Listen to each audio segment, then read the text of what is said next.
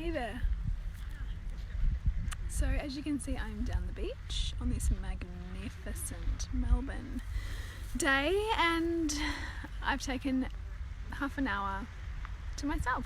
No baby, no toddler, no school child. And I really wanted to share a little bit of what's on my heart and on my mind right now as I sit really tenderly in perhaps one of the hardest parenting edges I am hitting at the moment with my oldest.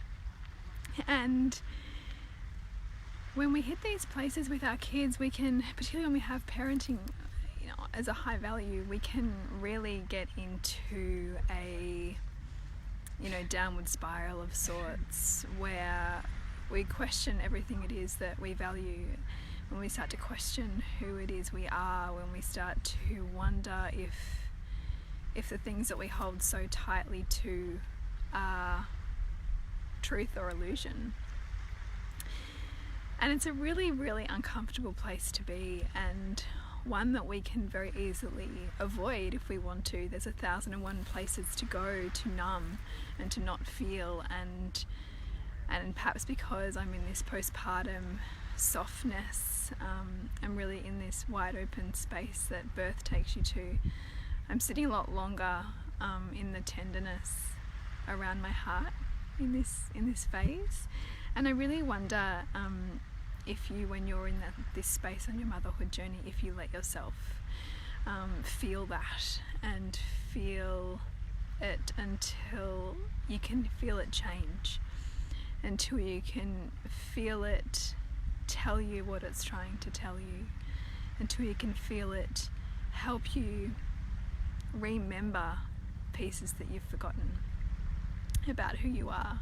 Because we can attach so strongly to ideals or beliefs or things outside of us that we think are reality, and then life brings us things that shake the foundations in which we construct our sense of self on. And it's a process of shedding. It's a process of sitting on unstable ground to find our solid ground again. And it's our hope that with the podcast that we give space to this place of being more okay in that feminine transformation, because to be willing to transform is also where we find our greatest creation. It's where we find our greatest ability to be with. There's a helicopter, it's giving us a bit of sound. It gives us our place to be with more when we can allow that transformation to occur. But it is a shedding of layers, and shedding of layers is uncomfortable, and it's humbling, and it asks us to have hard conversations. Jules often says the more awkward conversations we have, the less awkward conversations we have, because what used to be awkward is no longer. It's just the conversations that we have. And so I've been having a lot of those lately with my husband around our parenting and our family values, and it's a reminder again, as a child who I came from, a place where in my nervous system conflict doesn't feel safe. So I have to parent myself into conflict. I have to parent myself to enter conflict in a way that is safe and respectful, because it wasn't really welcomed, because it wasn't safe for my parents either, right? Like, this is the thing, every generation gets an invitation to repattern and to look at the intergenerational stories that we come with, and how we want to continue or not continue those. And so conflict is a place that, because it's not inherently safe in my system, I have to welcome it with consciousness. And I can see how, because of my lack of safety in conflict, I have a more of a free range approach with my parenting and my beliefs around children. And it's hard when we hit edges with that and realize that the things that we hold on to are so right, because we've stacked up all of the reasons why they're right, can have lots more nuances than we first see.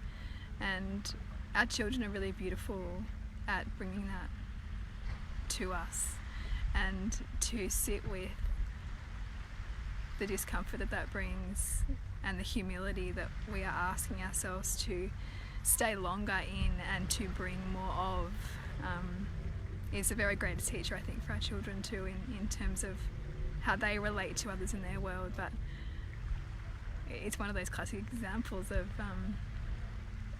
every lesson that we want to teach our children, we're going to have to go through ourselves. We're going to have to meet that muckiness, meet that discomfort, meet that awkwardness, and stay a little longer. And we can't teach what we don't already know, so we must be taken to the paths in our life in which we will embody the knowledge to be able to teach it and to be able to give those gifts to our children.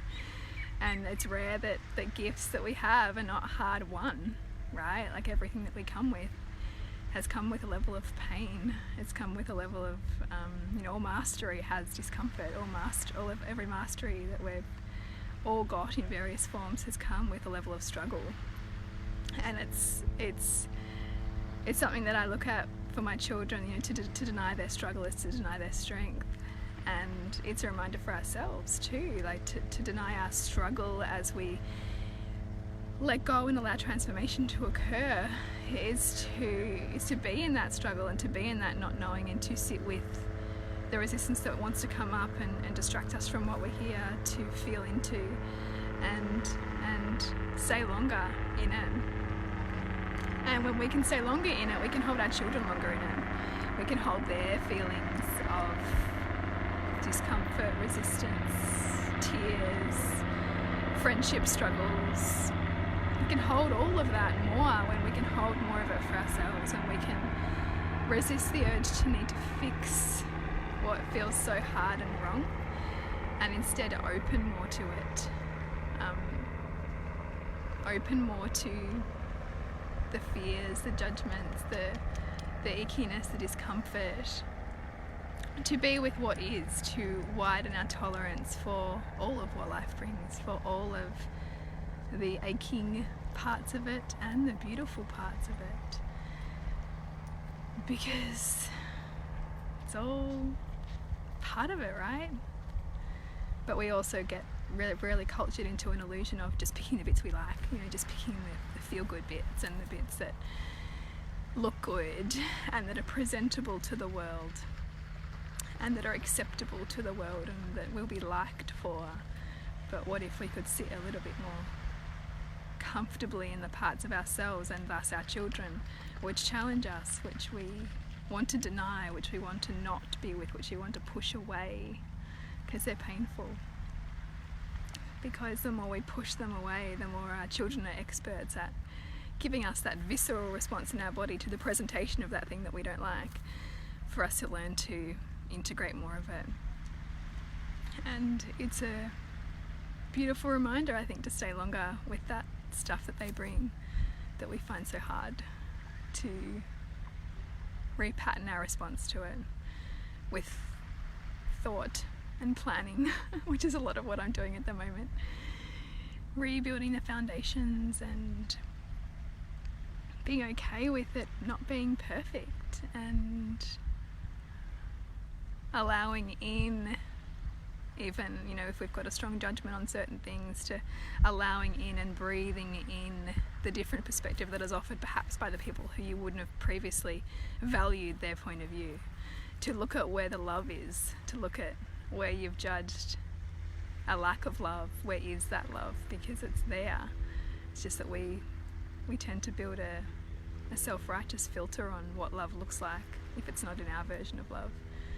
Or if we've got a pattern or a story around abandonment or intimacy not being safe, really feeling and seeing others love will not be safe either, and we'll close. And so there can be a comfortable pattern that emerges in all of us to not feel all of what's here to feel around us in a moment.